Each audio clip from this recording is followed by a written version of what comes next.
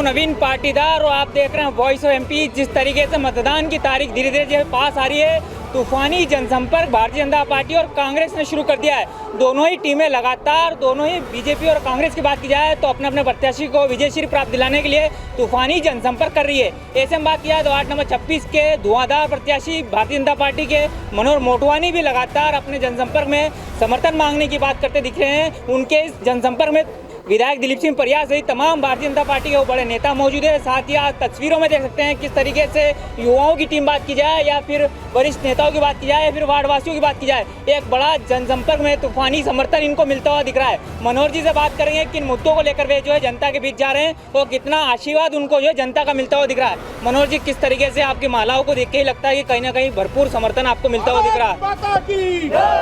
नवीन जी, मालाएं तो एक देखने की होती है, लेकिन जो दिल से मुझे आशीर्वाद मिल रहा है, मुझे लगता है 40 वार्डों में ऐतिहासिक मेरी माताएं, बहनें, बुजुर्ग, युवा साथी सभी का आशीर्वाद मेरे साथ है।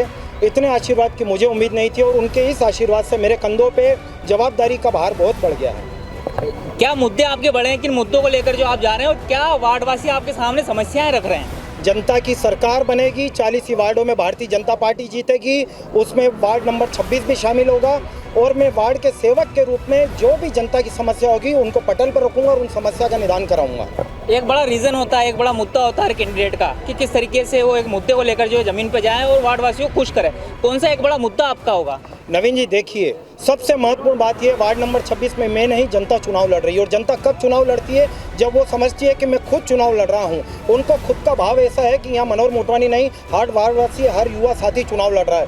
ये सबसे बड़ी जो जनभावना मुझसे जुड़ी हुई है, तो ये जनता का जो आशीर्वाद मुझे प्राप्त है, तो आप निस्संदेह ये मान के चलिए वार्ड नंबर 26 में जनता की सरकार बनेगी, जनता की चौपाल पर फैसले होंगे, जनता जो चाहेगी वो वार्ड का विकास कार्य होगा। बड़ी बात कही है कि जनता की, जिस तरीके से उन्होंने कहा कि जनता चुनाव लड़ रही है और जनता के भरोसे पर खरा उतरेंगे। क्या मानते भाई साहब, कितना समर्थन इनको मिलता हुआ दिख रहा है? बहुत शानदार जितने वार्ड है नीमच में 40 वार्ड, मैं सोचता हूँ कि जो नंबर 1 वार्ड है, जो इससे जन सैलाब और जो युवा है साथी सारे, तो ये मनोहर भाई दिल से सबसे जुड़े हुए और इनमें एक वो कहते हैं ना कि वो सक्षम है कि हर चीज़ को सही ढंग से मैनेज करके, प्रेजेंटेशन करके उस बात को कैसे किया जाए, वो इनमें काबिलियत है। तो ये सभी लोग जानते हैं यहाँ पे। हम भी इसी वार्ड में, मैं भी निवासी उसी वार्ड का, और हमारे वार्ड में बंगले बगीचे की समस्या भी है, उसको भी मनोहर भाई को पूरा, और आदरणीय दिलीप जी और पवन जी भी अभी साथ ही थे और वो भी लगातार इस संदर्भ में बोल ही रहे हैं। जो कुछ कमियाँ रह गई है तो परिषद में मैं सोचता हूँ कि जो महीने पर 15 दिन में जो पहली मीटिंग होगी उसमें सर्वप्रथम ये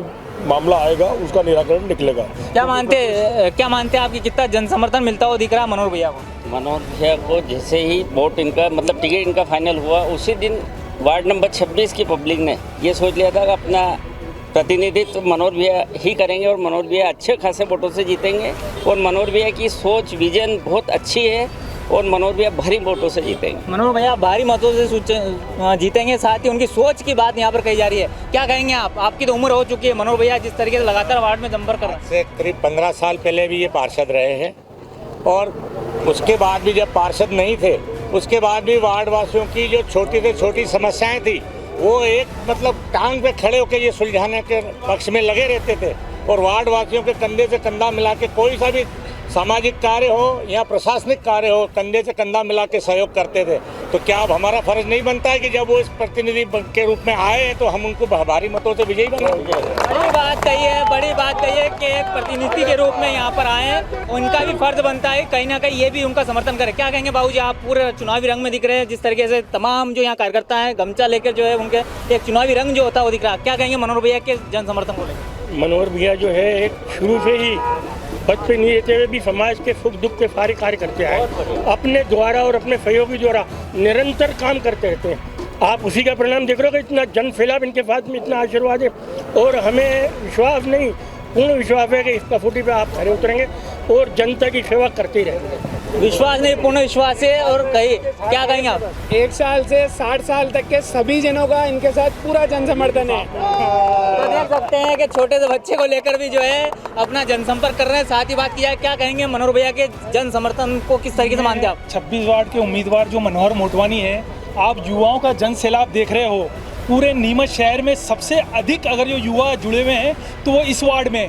क्योंकि उनका एक विज़न है, काम करने की उनकी श्रेणी है। जब ये चुनकर आएंगे तो आप देखेंगे कि नीमच में सबसे ज़्यादा अगर किसी वार्ड में विकास होगा तो वो 26 नंबर में होगा।